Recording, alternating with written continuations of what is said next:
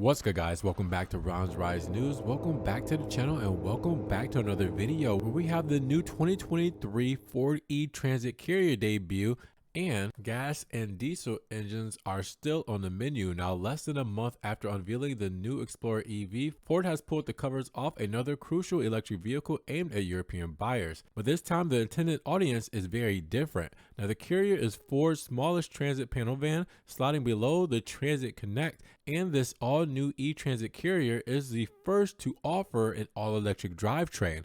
Now, unlike the European Explorer, which borrows this platform and running gear from Volkswagen's ID.4, the E-Transit Courier rides on Ford's own EV architecture, the same architecture that Ford will use for the upcoming electric Puma crossover, and both vehicles will be built in the same factory in Romania.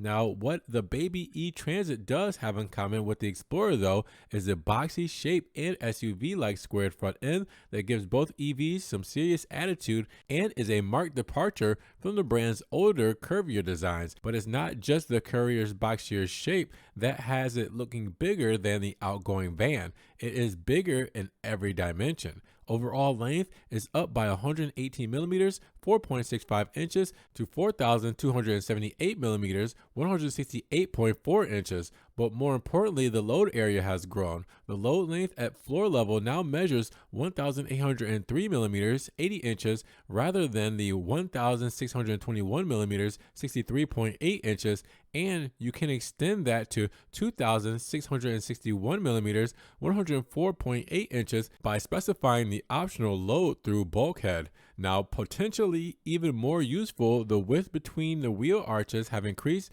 by 200 millimeters, 7.9 inches, thanks to the repositioned shocks, and that now allows two standard Euro pallets to fit in the load bay at the same time. Mid-height cargo rails are optional, and there's also a small 44-liter, 1.56 cubic feet frunk, and Ford has held back quite a few technical details, including the size of the battery, but we know that the E-Transit is powered by a single 134 horsepower, 136 PS, 100 kilowatt electric motor that drives the front wheels and is limited to 90 miles per hour, 145 kilometers. An onboard 11 kilowatt AC charger will take the battery from 0 to 100% in 5.7 hours, but the maximum DC rate is a relatively pedestrian 100 kilowatts, so a 10 to 80% fill requires around 35 minutes, but that 100 kilowatt rate is still punchy enough to add 54 miles, 87 kilometers of range in 10 minutes, which might be enough since these kinds of small vans are often used on shorter urban runs.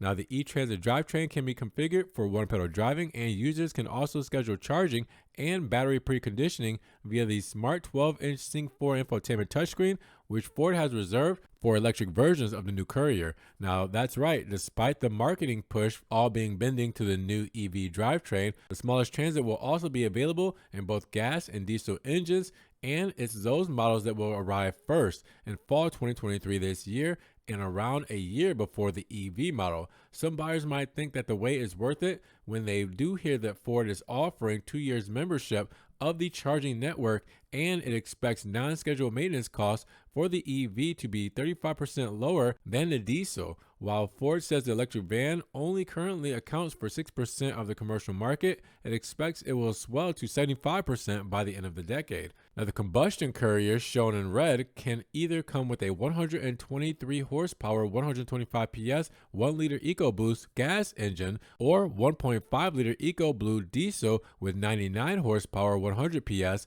both getting a 6-speed manual transmission, while the EcoBoost also has the option of a 7-speed dual-clutch box. But besides the far less impressive 8-inch touchscreen and plain Transit rather than E-Transit badges on the back, the Combustion vans are marked out by different DRLs and a less ornate grille with conventional horizontal slats and no horizontal LED light bar between the headlights. But Ford says that the load volume is the same whichever powertrain you may go for, and that all versions can be ordered as either a simple 2-seat van or a dual-row double cab, as does the Puma EV due in 2024 using the same platform, though I'm hoping that Ford can liberate a few more horsepower and improve the 100 kilowatt DC charge rate in that time for the launch. But with that said, what do you guys think about the new 2023 Ford E-Transit Courier? Drop those comments down below. And if you guys did enjoy the video today, make sure you give it a big thumbs up. Giving the video a like will help get it up in the rankings. More people can see it, and we can have a bigger discussion on an E-Transit Courier for 2023.